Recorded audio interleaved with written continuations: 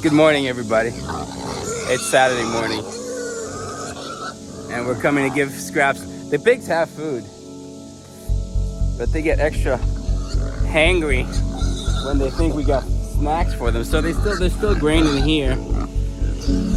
We just level it out to make sure this thing works. Sometimes when it rains, it clogs up the bottom tray, and so we just level the food to make sure we see if they've been eating.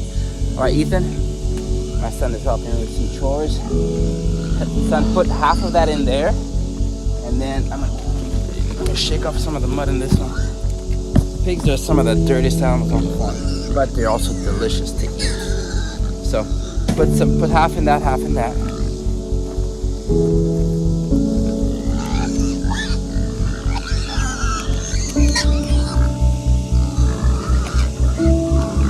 Take like a little stick, Ethan, and like, let's see.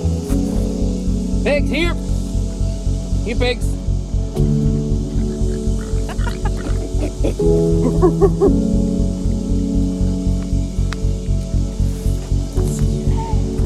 Pigs! Here, pigs!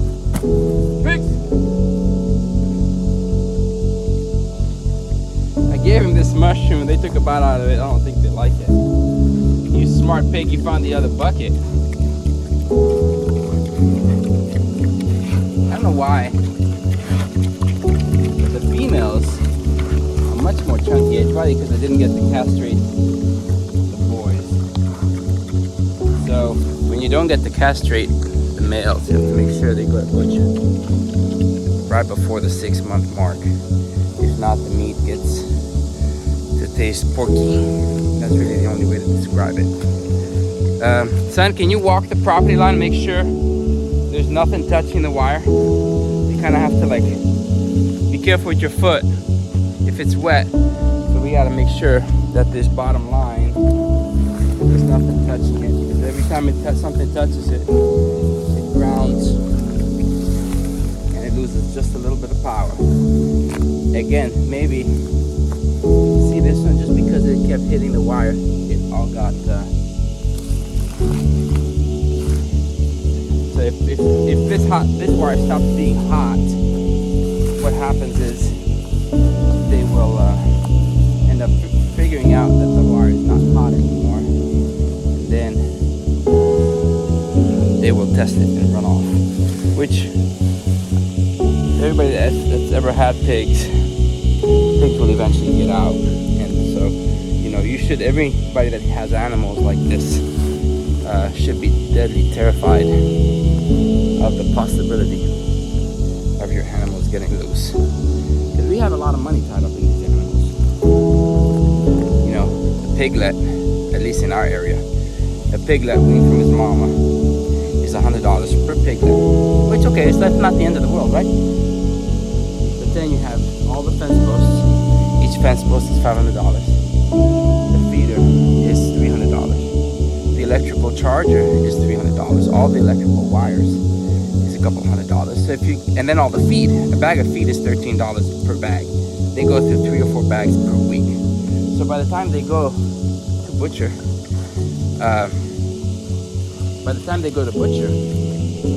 we have a couple $100 invested per pig if we do the math across the board. Now, every time I do pigs again and again and again, the numbers go down because I don't have to pay for the infrastructure again. So this is the 3rd batch of pigs I've raised in the last year and a half.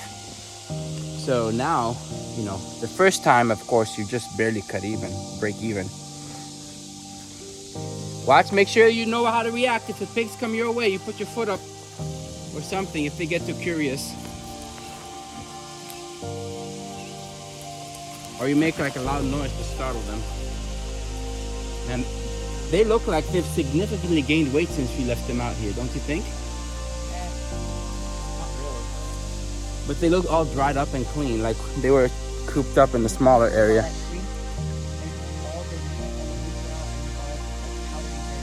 Yeah, let's go see.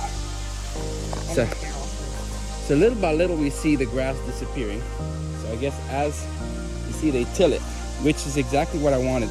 As they till it, there's a seed bank that's buried. Now this area doesn't get a whole lot of sunlight. because of the canopy of trees. But as they till it, and we did remove, well, not remove, but there was a big hickory tree right over there that fell. You can still see some of the debris.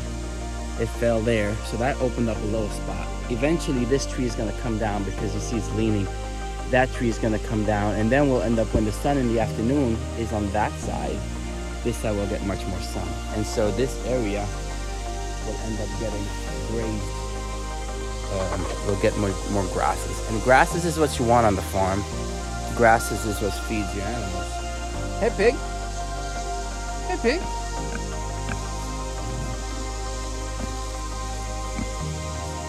I got no food for you. I got no food for you. Hi, Red. Hi, Red. We don't name our pigs anymore because we eat them. Shayla still does. Hey, pig. Hi. Hi, pig. What were you saying about this tree, son? Yeah. So they till it up. I'm not sure what they find under the tree, but they love the roots. So they've tilled up little by little this whole area. And then, you know, maybe next year, maybe next year, I'll move the wire all the way up that way so they can eat this whole foresty area. I'm not sure. This batch of pigs, once they learn the parameter of this wire, they will not cross it because they get zapped. Pigs don't get enough credit. They are probably the most intelligent animal on the farm, more so than dogs. They say pigs are one of the most intelligent animals below humans. I'm not sure how the science of that, but that's what I've heard several times. So once they get zapped a few times on that wire, they will not cross that line. That's why there's areas where we want to load them. Like this is where I'm going to load them when they're ready to go to the butcher. This wooden fence or that opening, I'll have to bring a trailer right down this area and use this as the area to load them because they associate that wooden panel as a safe zone where they don't get shocked. The electric wire, if I put a trailer here with a ramp, they're not going to cross that line because they've got zapped on that line. So they have a memory about the perimeter lines, and supposedly they will not cross it. They might cross it eventually, but they have that fear of that line. And so you kind of plan accordingly when you build corrals or when you build paddocks for them. All right, we're going to fill their feeder, trough, and their water. Ethan, can you grab the camera? Can you be the film guy? All righty. So we get our feed from MPS Farms. I'll post the link up ahead. Now these bags, there's people that get super frustrated with opening these bags. There's actually a trick. If you go to the side that has the short string, so you see how it's the strong, the long woven side, the shorter side, if you take a second to look at it and you unweave that first part, then you can pull the string and opens up the whole bag. If you carry a pocket knife, I carry a pocket knife 85% of the week. But of course, the one time you want to show it on camera, it doesn't work, right? Let's see. And I don't have anything sharp on me. Darn it. Here we go. I think I got it. Maybe not. Let me see if I can burn it off and then start again. Can I cut? No, it's okay. You can cut later. Maybe you can cut.